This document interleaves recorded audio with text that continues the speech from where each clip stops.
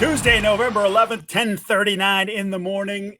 It is a short week for the New England Patriots and the New York Jets, who will meet at Gillette Stadium. 8:30, I believe, is kickoff, or 8:20, however they define it. All I know is it makes me stay up way past my bedtime. You are listening, watching the All 32 podcast. I am Mike Giardi, of course, a proud member of the CLNS Media Network, and brought to you by the #1 daily fantasy sports app in North America, Prizepicks, where it's good to be right.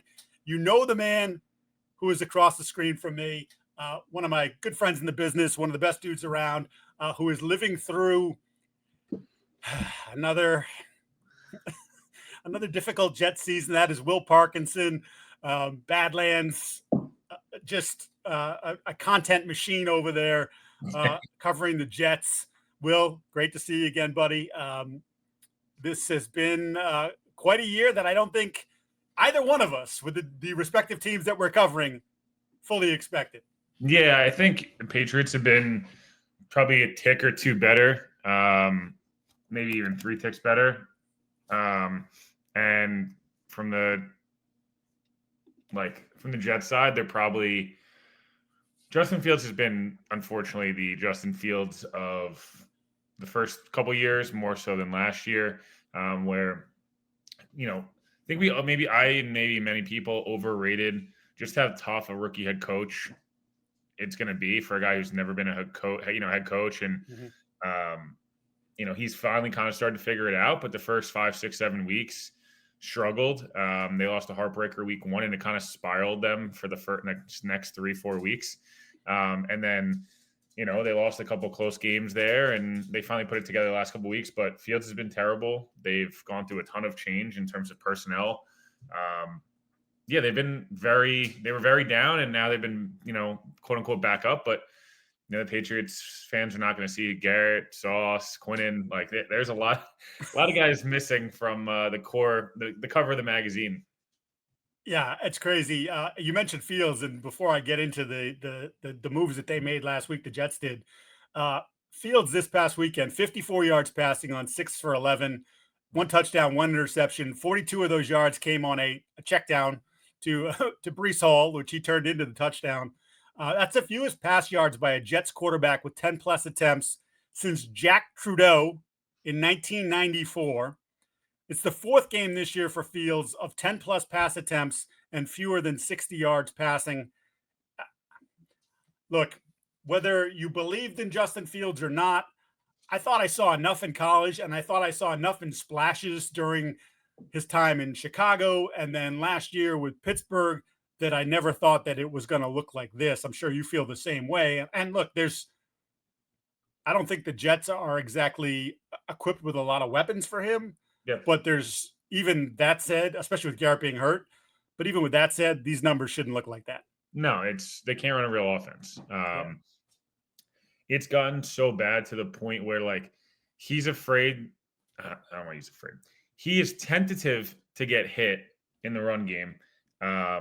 He is very tentative to throw the football, and he just doesn't really offer you a lot. Yeah. Good dude, and there is some talent there. He's not super elusive. He's not like the make you miss guy. He's kind of the outrun you type of player at this point in his career, and teams kind of have prepared for that. He can still beat you with his legs in terms of, beat you to the sideline. We saw it, the 2-point conversions against the Bengals, or week 1, beat you to the sideline and QB boot and stuff. Like, he's still athletic enough to do that or pick up 6, 7 yards, but he's not breaking off outside of the 1 Miami run this year. He's not breaking off the 85-yarder that he was in Chicago. And he's not throwing over the middle of the field with any type of confidence consistently like he was in Pittsburgh last year. So, the weapons right now are a mess at receiver for sure. Like, that room was bad to start the year, and outside of Garrett, and the room's gotten better, but Garrett's hurt. So it's obviously probably the worst room in the league right now. But he does have weapons, and he has a really good offensive line. And the offensive line's made to look worse because Fields holds the ball for an hour, and teams are sending 8, 9 guys. And even the Cowboys line in the 90s, and any good line you want to think of, the Patriots in the middle of the 2000s, like, if Tom was sitting back there holding the ball for 9 seconds, it doesn't matter. We've seen that before. And if you have good coverage in the back end, et cetera. So he's had 2 special games, and he's had 6 stinkers. this should be a Tyrod Taylor game. That would be the smart play. They won't do it for a couple of reasons. One, Tyrod's likely to get injured, and you're just right back to Fields. Mike, this feels a lot like 2022. Patriots fans will remember Jets went up there. I believe the Jets were 6-2, or 6-3, or 7. Yeah, 6-2, I think. Yeah, went up there. That was not a good Patriots team. You know, I know Devin will disagree with me, but that was not a good Patriots team. And you know, the Jets went up there. They held the Patriots to 3 points. They sacked Mac 9 times. And they lost 10-3 because Zach Wilson was the worst football player I've seen on a football field in quite some time. I've seen 3 of those Justin Fields games this year. Realistically, this should be the 8-2 Patriots against about the 4-5-ish Jets. They should have won the Denver game. They should have won the Carolina game.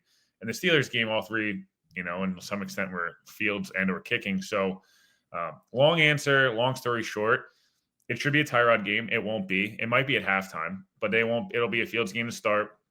Fields weirdly has been good against the Patriots. That was a different staff, and it's a different Justin Fields. I remember the Monday night game in the rain. I know you were there for that, and that was like, oh, see, Fields isn't the problem. The Bears found out it was Fields and the staff. They both stunk, and they got them out of there. So, no, look, I think this will be one of those games where the way to beat the Patriots is to throw the football, and the Jets right now can't throw the football. You know, like that's just the reality of it. I mean, when you think about how the Patriots will approach this game, you know, and obviously there were some of the numbers are a little bit deceiving from Sunday because 2 returns for touchdowns by the Jets. So you had less possessions. It was a different kind of game. But generally speaking, as I mentioned, there's 4 times that he's been under the 60-yard mark this year throwing. If you're the Patriots, you're just loading the box. You're trusting your guys on the outside, especially now that Garrett's not playing. You're just going to like, hey, Carlton Davis, you got this guy. Christian Gonzalez, you got that guy. You know, however you want to deal with Mason Taylor in the tight end position, you do that. But like, you're going to dare them to throw, and there's nothing that's happened with any consistency that would lead you to believe that they're going to be able to do that. So, yeah, it'll be. The Patriots don't allow yards to running backs. That's just their thing this year. Vrabel has been like, the only way you're going to beat us is beat us with through the air. You know, I would argue that that's still, you know, their defense was negative DVOA, and so whatever. They're a team that like, this is a bad matchup for the Jets. I will say the Browns, again, take it for what it is. The Browns were a bad matchup for the Jets in the same light, right? The Browns are the same team. You have to beat them through the air because Myles Garrett and that defensive line, those linebackers move. The difference is Drake Maye is not Dylan Gabriel, and Mike Vrabel, Kevin Stefanski, Mike Vrabel, both good coaches, but I would say Mike Vrabel's having a bit of a better year. Yes, Kevin Stefanski. Yeah, as I keep saying here in recent weeks, it's all coming up Vrabel. You know, it's the Simpsons. It's all coming up Millhouse. It's all coming up Vrabel here for the Patriots. Every decision that he makes, whether you like it or not, seems to work. I want to talk to you about what happened last week at the trade deadline. We had kind of texted back and forth, and you had heard, you know, Breece Hall made some sense to move, and Jermaine Johnson made some sense to move. Nobody thought Sauce Gardner was going to get moved, or that was high on the priority list. No one thought that Quinnen Williams was going to get moved. They do. Obviously, that signals a reset, a rebuild, because you're looking at those 2 guys saying a lot of money. Quinn is 28. Like this, our timetable is not good. We desperately need a quarterback. So we need as many assets in the draft to be able to manipulate the board and get the guy that we want if it comes to that, if you don't finish with the number 1 overall pick. But overall, just sort of the vibe that you picked up from what happened and how the team has sort of moved forward without, I would argue, 2 of your 3 cornerstone pieces, right? Yeah, being the other. They traded the 2 most recognizable or most accomplished names on that, probably on the roster, let alone the defense. I'll break them down in 2 parts. So Quinnen was much more straightforward. Not a total shock he got traded. The Jets were very loud about like, you can come and get Quinnen if you want. You're going to have to give us a ton of draft capital. The Cowboys had tried to trade for Quinnen in the offseason. They wanted that. They didn't want Kenny Clark. They wanted Quinnen Williams. The Jets said no. Made sense at the time. I still think it made sense. The Jets giving up 2 first-round picks, or a first round and more for Micah Parsons, considering how the season's gone on, like it would not have. The Jets need a quarterback still, and that it just would not have worked. So Quinn requested a trade multiple times. He kept it quiet, but got pretty loud the last couple weeks of like, I'm kind of tired. He seemed to be pretty frustrated since the Jets cut Rodgers and was like, hey, like probably going to be, this is a year zero situation. Quinnen's going to be 28 years old, still a young player, and young enough, probably got 3 or 4 years left in his prime. His numbers are down this year. And the Jets weren't going to extend him. He had 2 years left in his deal. They weren't going to add in guaranteed money. And Jerry Jones has wanted Quinnen Williams for a long time. It's hard to blame him. He's a really good player. He does one thing that the Cowboys are terrible at, which is play defense. So, it made a ton of sense. I thought if you could get a 1, that'd be a huge win with Quinnen. As good as he is, like, again, 27, 28-year-old defensive tackle, that's not Aaron Rodgers. I mean, not Aaron Donald. Like, that's a win. They get a 2 and a 1, and they get a 1 in the class, and they get the better pick of the 1s next year. That's a big win. Like that value it's hard to beat. And if you're the Jets right now, like having 3 first-round picks in 2027, which is supposed to be, as loaded a draft class as we'll see. And again, we talk to this every year. It probably won't be as good as we think it's going to be, but I don't know. There's a Julio Jones level receiver prospect. There's 4 or 5, can't miss quarterbacks. Like there's a lot in that class. Secondly, the Sauce thing was purely a value thing. It's like the Jets had it in the contract. They're basically like, we're going to extend him, but the only time you could have traded him really was now. He has owed bonuses in 26 and 27. Mm-hmm. That number goes up dramatically in 2027. This was the time to do it. It was like, hey, let's eval the first 8 weeks. Sauce has been really good. He still kind of does the things that he struggled with in the past. They still struggles with, where like he doesn't take the football away. He's a really good cover corner. I know he tripped on Sunday on a 2-point conversion, but like, he allowed 2 catches and 10 targets. He's going to break up the football. He's tried to tackle more. He has dealt with multiple concussions this year, which is a little bit of it's like the 3rd time this has happened in 12 months where he tries to tackle and gets concussed because he's not a good tackler. And that's what happens with a lot of corners. We've seen it a lot. 2 first-round picks and Adonai Mitchell, who me and you talked a lot about 12 months ago. And, I don't know what AD Mitchell is going to be in the NFL. He showed some promise. The Jets need receivers. He fits an archetype that makes a lot of sense for this offense, and he's 22 years old. They had 3 first-round picks and a second-round pick for 2 guys who, one of whom was probably not going to be here anyways next year, and the other guy who is a really good player. But the Jets, I think the mantra is this, Mike. They've sucked with those guys. So why not try something different? And I know the argument will be, well, you hope that in the draft you draft more Sauce Gardners and Quinnen Williams, and I agree. But you'd be drafting those guys that haven't gotten paid yet and are 5-6 years younger. That's the reality of it. Plus, the culture stench of Saleh is you need to get some of that out of the building. Which is interesting because you and I were texting, and you're like, "There's still some of that leftover Saleh stench." And man, you figured like you blow out the coaching staff. You let Glenn bring in some of his own people, find some players.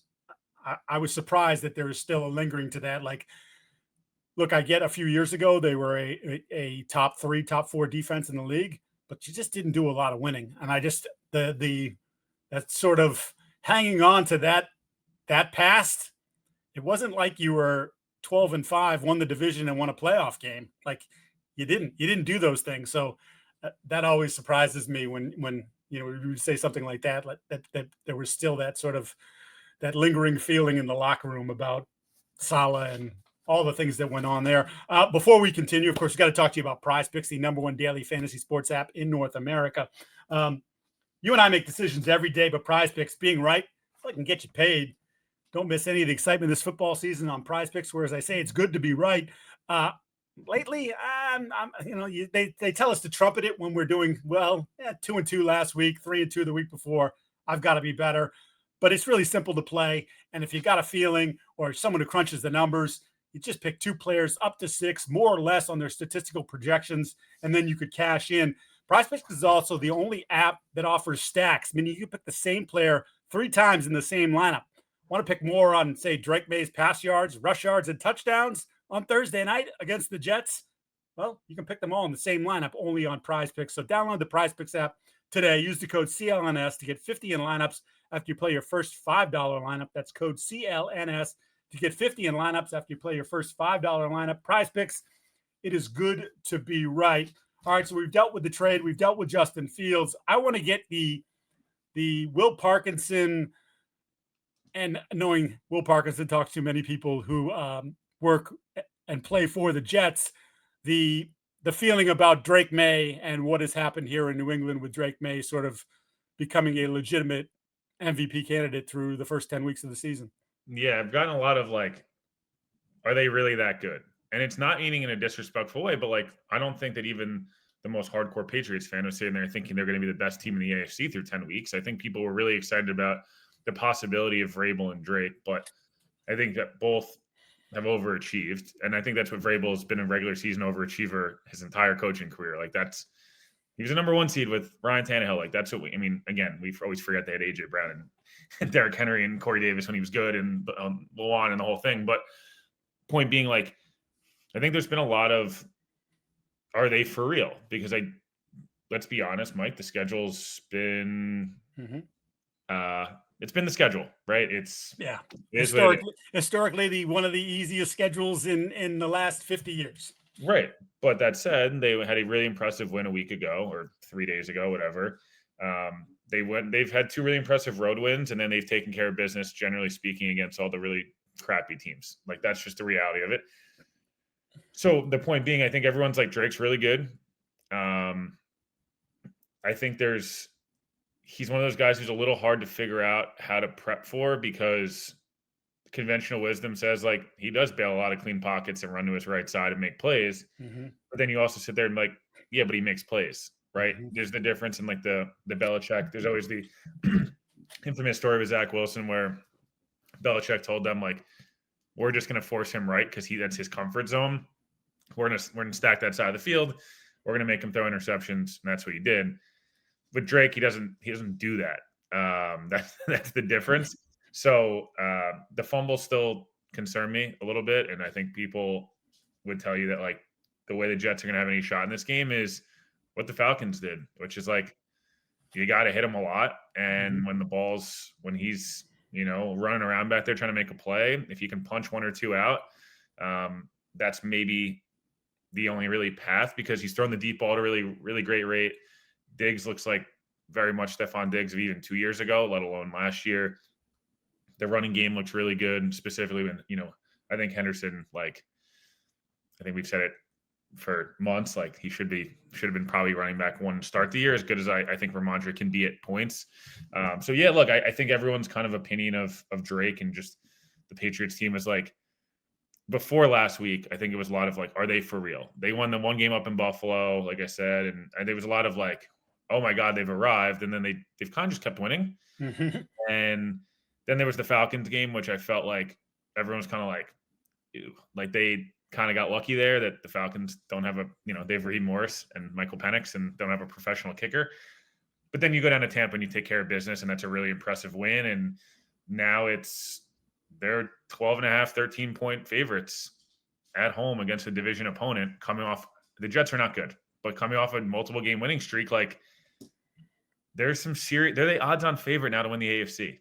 Like, that's where we've gotten to. It's not just this fun story anymore. Now and maybe I'm wrong, but reading just through social media and talking to some of the people around, like, that we know around the Patriots, there's real talk of like, they can win the AFC. And this isn't like I don't think the Patriots losing wild card weekend will be viewed as a success in the moment. I don't, as much as I think it should, because your quarterback's 23, 24 years old and you're coaching his first year and you still have some leftover crap from the Mayo regime. Like, there's real expectations now of like, you got to win the division, which is how, I don't know. Yeah. That's kind of what I view it as, is like, it went from a fun story to now like, oh no, like, it took Washington last year in a lot of ways where it's like, oh, they might be a Super Bowl team out of nowhere. Yeah, it took me a little while to sort of wrap my head around it, because, as you mentioned, the schedule is something that you always, but like, they're doing what good teams do. You're handling your business. It's the NFL, by the way. Winning, no one, like, at the end of the year, no one looks and says, oh, you only won 12 games against bad teams. Who cares? No, you win 12 games, you win 12 games.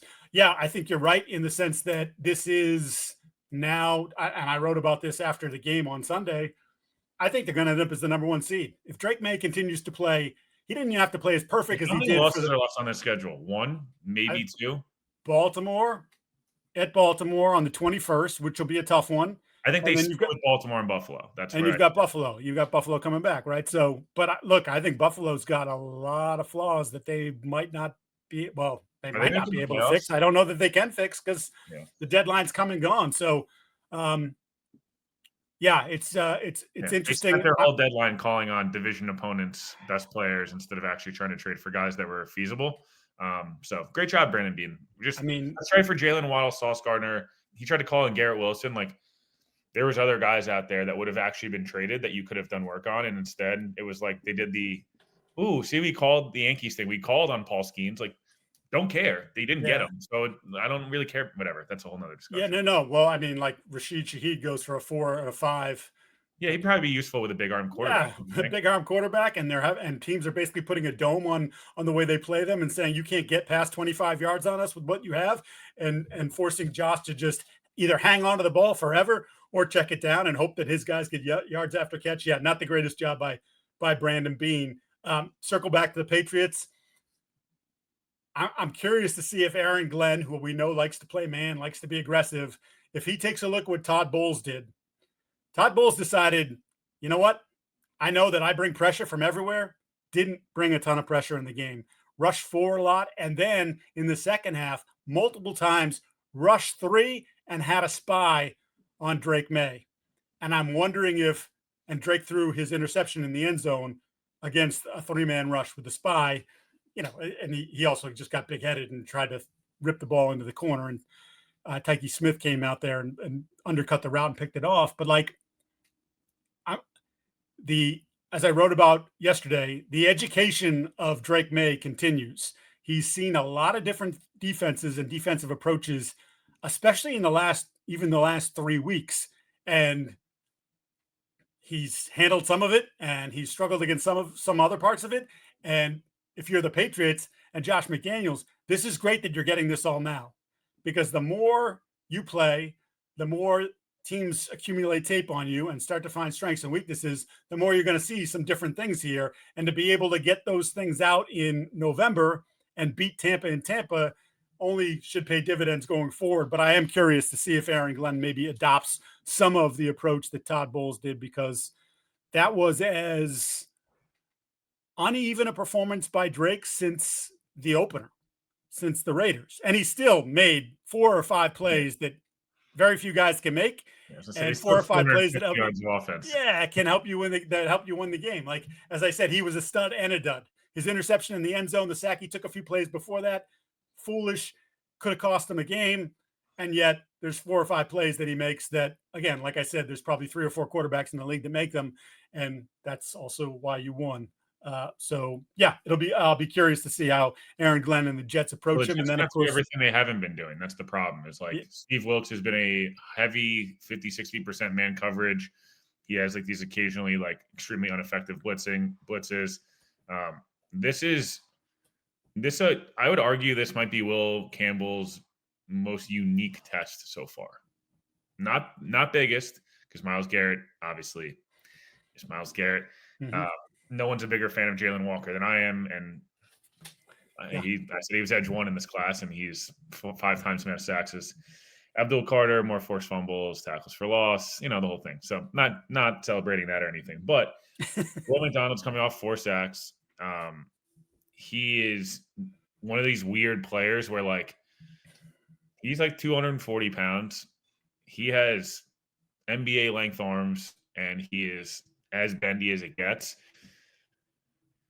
Like, if you don't, the arm length thing for Will Campbell only matters against certain guys, because he's a good athlete. Like, it only matters against certain guys. And Will McDonald feels like a guy where I'm lining up Will McDonald over Will Campbell. And it's not because I don't think Will Campbell is a good player. He's obviously had a better year than I think even most people thought he was going to.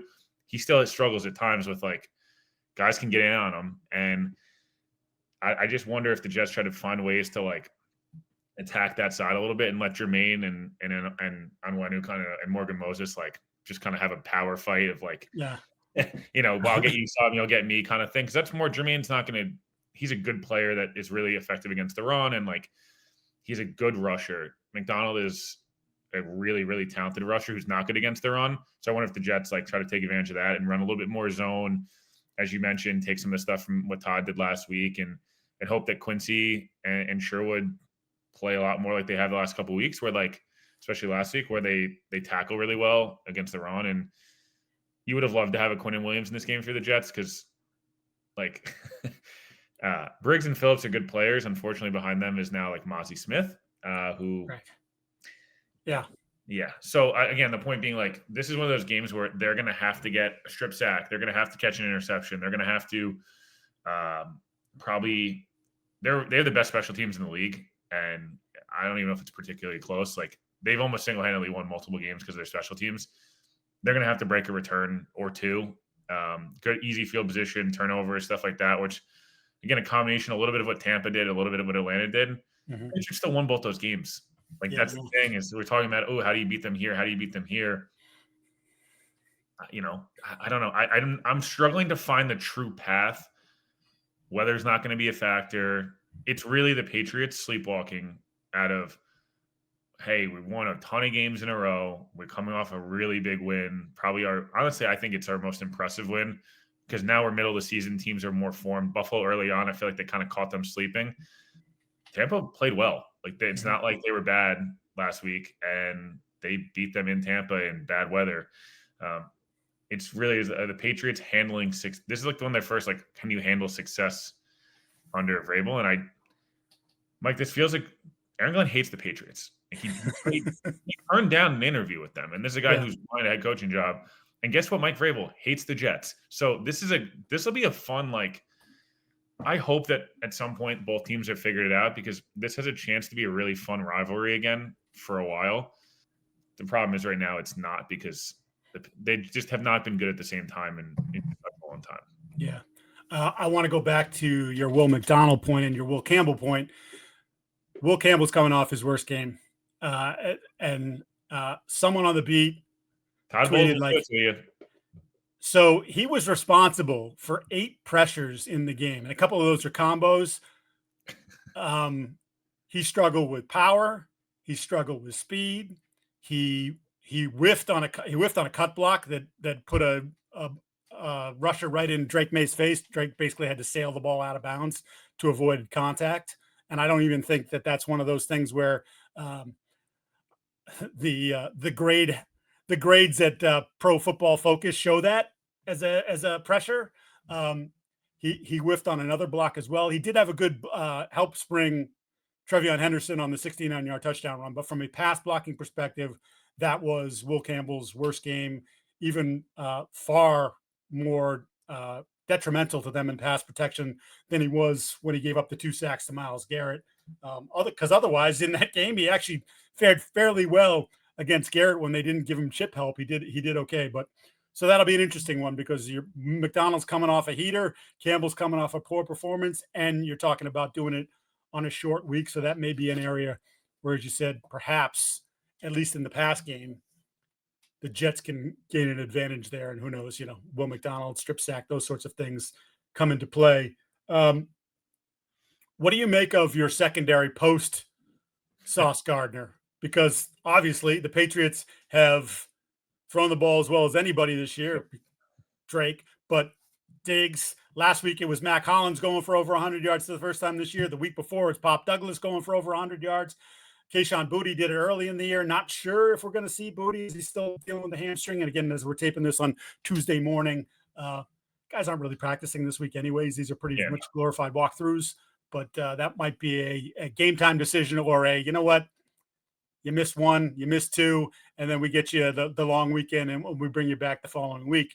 But the Patriots have been able to hit opposing defenses with a variety of weapons week in and week out. It's somebody different who elevates. Do the Jets have what it takes back there to make that complicated? Probably not. The issue right now is not only they traded Sauce, they traded Michael Carter. On top of that, unfortunately, which sucks, is Azareye'h Thomas, who I really like and who looked really, really good in his first one. He gave up a touchdown to T. Higgins, which wasn't really his fault. He was still step for step with him. Like, sorry, T. Higgins is going to beat you once in a while. Other than that, like, Jamar Chase on 22 targets didn't have 100 yards. Like, I know people are going to be like, oh, look at it. He gave up 6 catches. Dude, if you're giving up 6 for 60 to Jamar Chase, like, that is on 20 targets, that is a huge win for a guy in his first NFL start. Him versus Diggs would have been a really fun matchup. A really long corner, physical. Diggs is not necessarily a burner anymore at this point in his career. He's more of like just an amazing route runner. And like Thomas is a guy who's not a burner either. He's just a really technically sound corner. It would have been a really fun matchup. Because by Azaria Thomas being out, it was a really scary hit. Jamie and Sherwood, the almost Pat legend, has now knocked Michael Carter and Azaria Thomas out this year. No opposing players, just his own DBs with bad concussions. So with Thomas out, that means Brownlee probably potentially plays outside, where he's been really good at nickel and pretty bad outside. Mm-hmm. His worst NFL game probably on Sunday. But when he was in the slot, he was a dog. So yeah, I wonder if they play Quantez Stiggers outside. I'd like to see him get a shot as opposed to playing Brownlee out of position at this point. Brandon Stevens has been pretty good. Like, he's the thing that Jets DBs do well without Sauce. They tackle well. Like, those guys have gotten better at tackling. The safeties are a little hit or miss. Tony Adams was good on Sunday, which means he's due for another stinker. Andre Sisco's after it. Basically, they're a bit patchwork back there, but it almost feels like Glenn recently has like been better when it's a patchwork group. It feels like in Detroit that group got better when, in some ways, when they had like these injuries. So yeah, I want to see what their plan is from a scheme point of view. Like, this feels like a week of a lot of bend don't break and like make the Patriots have to work pretty damn hard and be disciplined for a 12 play drive, as opposed to these explosives. Like, I just don't know if they can afford. I don't think they can afford to be in a shootout like that. Like, I just don't. So yeah, I think the secondary play is going to be, Quincy's back and playing really well. That's huge for that back seven, but to only an extent. Like, they're missing to start the year 3 of their top 4 corners and one of their 2 top safeties are all out. So, and it wasn't a great group to begin with. Like, they're not in a great spot defensively in terms of the group talent as a whole. All right. We probably spent enough time on this game. I do want to ask you, kind of circling back to the chips that the Jets now have in terms of the draft. Are you getting a sense, does it have to be quarterback this year, or are they content to, because again, as we say, and it changes every year, like this year, I think we started off the year saying, oh, wow, there's 6 or 7 quarterbacks. And now you're kind of like, there might be 2 or 3. Yeah, 2027 is supposed to be better in the quarterback. So did they have to go quarterback this year? Is that the sort of the mandate, or is it just get your best players possible and just make sure out of one of these 2 drafts, 26 or 27, that you find the guy? I think it's going to be, do they fall in love with somebody? And if they struggle the remainder of the year, their schedule is really weird. They got New England and then Baltimore back-to-back, which I would be floored if they won one of those games. Mm-hmm. I think there'll be a party if they win on Thursday. Like, it'll be that big of a – I mean, they've won against a double-digit finishing win team on the road. They haven't won since the Rams game in 2020. Oof. So, like, they don't win road games against good teams. And they've been really bad over the stretch, so it's not surprising, but it's crazy when you think about it. So that'd be a huge win, right? And I don't think it'll happen. Outside of that, then they've got a couple stinkers in there. They got Miami. The Jets obviously are not good either. Jacksonville, Atlanta at home, the Saints. And then they still got Buffalo, New England again, right? So, like, realistically, they're probably finishing 5-12 at this point, which is right around what their win total was projected going into the year. We got there in a weird way, but hey, they'll say we finished 5-5. That'll be the whole mantra, and I'm sure I'll talk about it and be like, finish 5-5. Glenn figured out the challenges and timeouts and stuff. There's the veteran route that it's just hard to figure out at this point. There's the Joe Burrow stuff that's already started. I don't know what the line is on how many first-rounders you give up for Joe Burrow. He's going to be 29. He's had 3 of the last 6 seasons that have been missed major time, and Joe Flacco's put up amazing numbers in the same offense. And also, why would the Bengals deal him? But then you also sit there and go, yeah, I think I'd take Joe Burrow on my team. There and to compete with Josh Allen and Drake Maye. Like there's that argument that'll be made. There's already the Kyler Murray stuff, which I would tell the Cardinals, pay me in second round picks and I'll cut his ass before he gets on the plane. There's that. And then there's the draft, right? And next year in 2027 seems like there's going to be it's going to be one of those drafts that we look back on like 2021, even 2024, where it's like, holy crap, like eight of the top 10 guys are all pros. The Jets have 3 first rounders in that draft. There's an argument to be made they should trade back in this draft and accumulate even more assets. Point being, there's a chance they bottom out here still, and they finish 3-14, and they pick Fernando Mendoza or Ty Simpson, or they wait until later in the first round. They take Jaden Mayava or John Mateer, or whoever the third guy that comes out.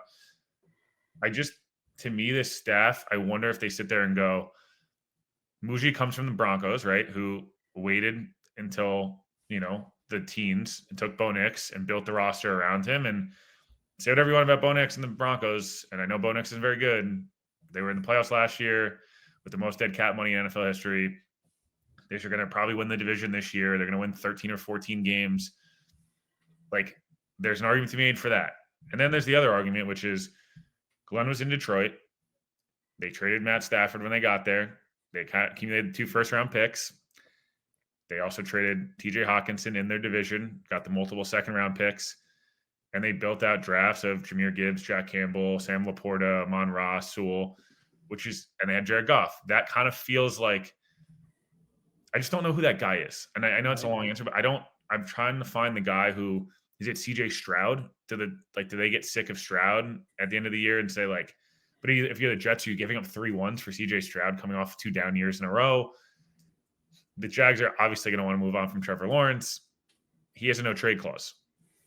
So he's not coming. Like that's not happening. So I guess my answer is I don't know. I don't think they have to take a quarterback though in this draft. I do think they obviously have to add somebody, and I'm struggling to find the name that both gets you remotely excited.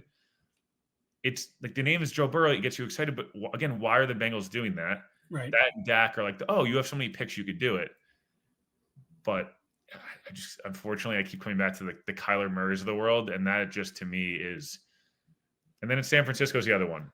They're gonna have to choose, right? It's gonna have to be Mac or Purdy, I feel like, and it would be kind of hilarious if the Jets were in the Mac Jones business after all this. And then I guess there's the other one is does Mac go to Vegas, and the Raiders cut Geno, save the money, and then Geno does the one last ride as the bridge guy.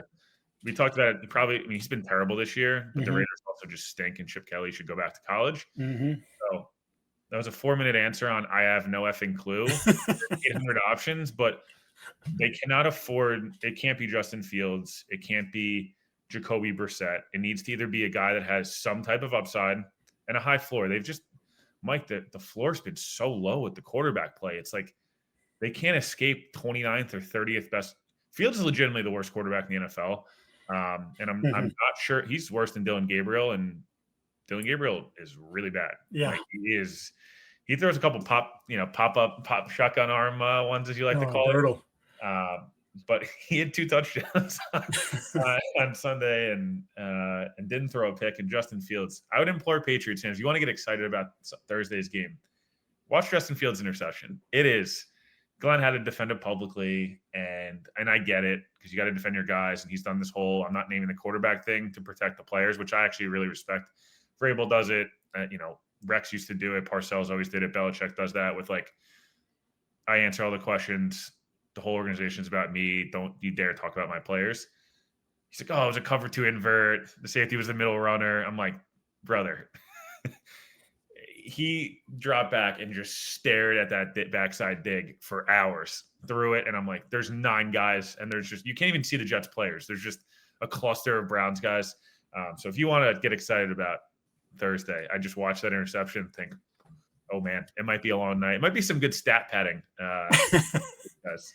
I think you just gave our listening public here 1 pick in Prizepicks.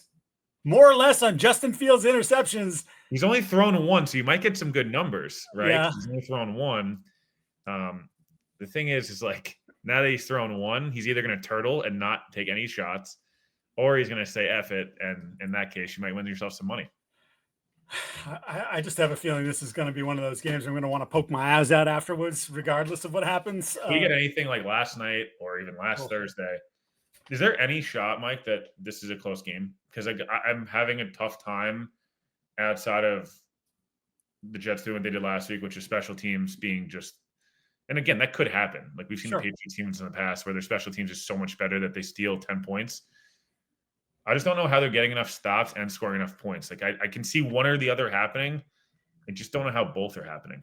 Yeah, what's happened in this 7-game win streak and 8 of the last 9 is they put this team scores points. Yep. They just you're not holding them to under 20. So how do the Jets offensively can't get to 20? So to your point, it would have to be right. They either get score 13 or 40. There's never an in between. Yeah. It's I have a hard time seeing it. And I don't going to say anyone but Breece Hall is going to beat me. Yep. Right? Yep. Unless we get the AD Mitchell game, and then I don't know if he'll be active. Honestly, he's practiced one time as a Jet, but maybe we get the AD Mitchell game where everyone gets excited and and he has 4 catches for 100 yards and like I don't know. What are you doing with Christian Gonzalez? It's like I'm kind of struggling to find like what's the matchup you exploit. Yeah, he's the tight ends, but Justin Fields hasn't really taken advantage of it other than one game. That's where I'm just I don't know. As much as I like to be optimistic, Mike, I'm struggling with Baltimore. At least I can be like, hey, their defense stinks, and if you can hit Lamar enough early on, sometimes he kind of plays just this weird brand of football. And Harbaugh, for some reason, has been like very up and down. Vrabel's a really good coach who, if it's 24-3 at half, he will run it up. I feel pretty confident that this could get ugly, which is why I feel like it won't get ugly, at least in the beginning, because it'll be like, don't you feel like this is a classic Glenn, like everyone's against us, we're 12-point dogs on the road, the Patriots did this to me, and they talk about you like it just kind of feels like an inspired start, and then it gets like it's like 13-10, and we're like, oh, we on upset alert on Thursday Night Football. And then it's the beginning of the fourth quarter, and it's 41-10, and we're like, "What just happened?" No, it's not. It's funny. I did ask Vrabel about the Fields stat line, trying to see a question like that, Mike. Well, he, that was just a game script. But then he did say, well, with Justin, you want to get him off his first read. So okay, that answer is even worse than Glenn's answer, which was we scored 2 touchdowns on special teams, so the offense didn't have a chance to get in a rhythm. I'm like, brother. the things you have to tell yourself to get through a full season is what it is. I do think Patriots fans would enjoy the bit going on right now of Aaron Glenn versus the Jets beat, where he won't tell them who the quarterback is, and he starts his presser with a 2-minute monologue of like, "Don't ask me, I'm not telling you. No, you don't need to know. No one cares about your opinion." And then they ask him for 12 straight minutes about the quarterback in different creative ways. Yep. Costello will be like, "Oh, so how would you assess Justin's performance? And like, what does it mean going forward?" He's like, "Well, I'm not going to answer that." And Richard, like, "So do you want to theoretically name a starter long term?" He's like, "Well, I'm not going to answer that either." And then no one asks anything about anything else with the game. Right. Nothing to do with any other things going on in the organization. It's just a 12-minute cat and mouse game of how can I ask something to piss off the head coach who's pissed off that I'm asking about it. It's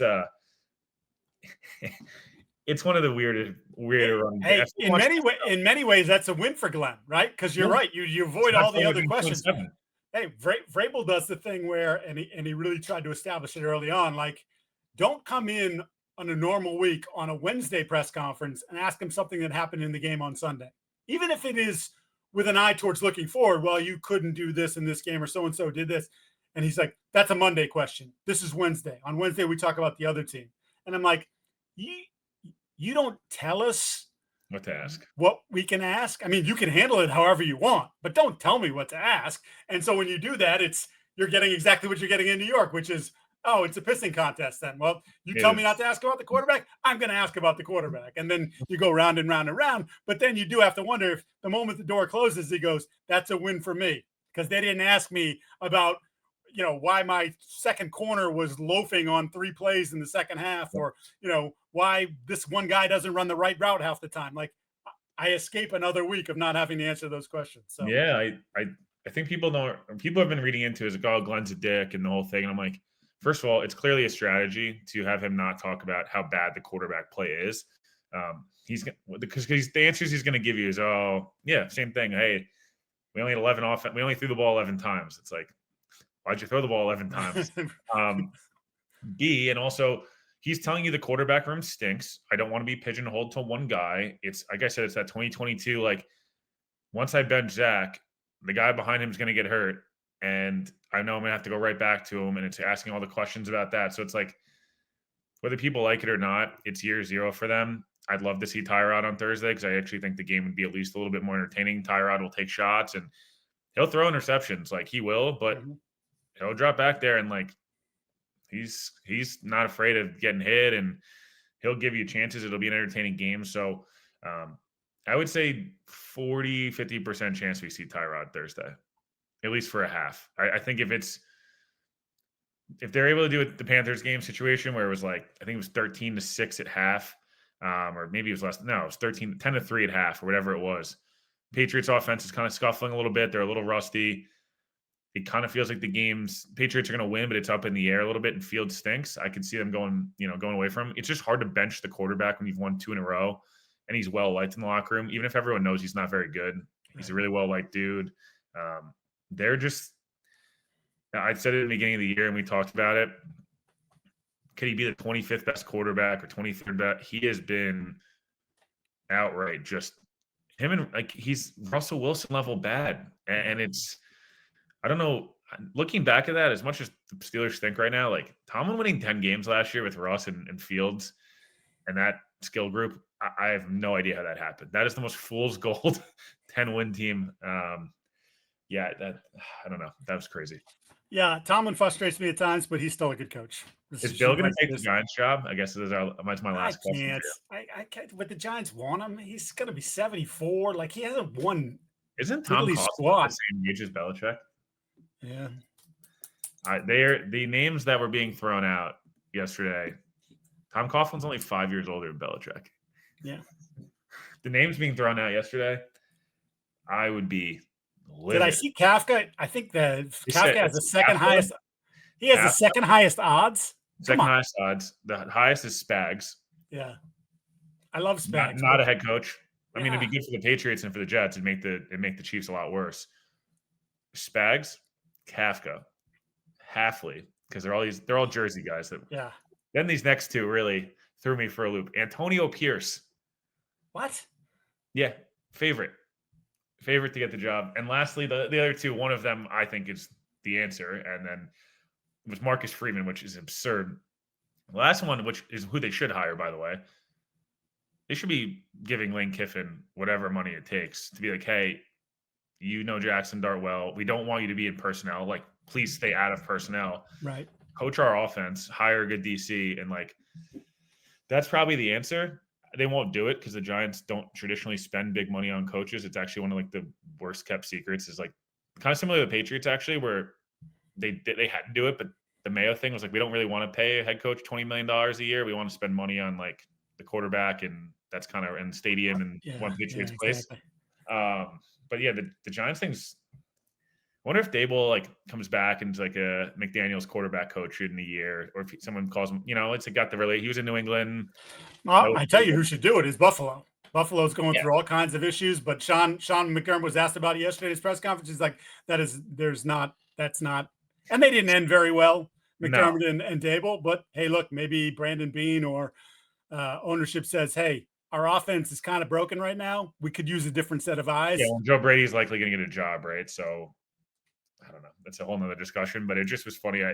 Belichick is like, oh, if he dumps the girlfriend, I'm like, he's not dumping the girlfriend. Yeah. So why would he dump the 24-year-old girlfriend? Yeah, because then you could go work for an 80-year-old owner, and you have Jackson Dart be your girlfriend. Robert Saleh, maybe return to New York. Oh my God, now that would be hilarious. Did you see? I mean, his presser before the Giants game was borderline like creepy. I was talking about Jackson Dart. I'm like, hey man. Yeah, back off. off. Wife and kids, like this is a little weird. But yeah, no. At least we're not covering the Giants right now, I guess. No, that is very, very true. All right, Will, it was great to see you. Great to talk to you. I always appreciate our conversations, and of course our texts, which are sometimes I want to get in the car and drive to you and give you a hug because because you're going through it with the Jets. But we'll see. We'll see what happens. They got a lot of capital to try to turn this thing around. Hey, for those of you listening to the show, we ask you to subscribe to the podcast, like, and leave a review. For those watching the show on CLNS, go ahead, hit the like button. Subscribe to the Patriots Press Pass YouTube channel where you can find this show and a lot of other great Patriots content. Also, please make sure to turn on your notifications so you do know the next time a video drops. He is Will Parkinson. We will see you again at some point, I am sure, when we get Patriots-Jets Part 2.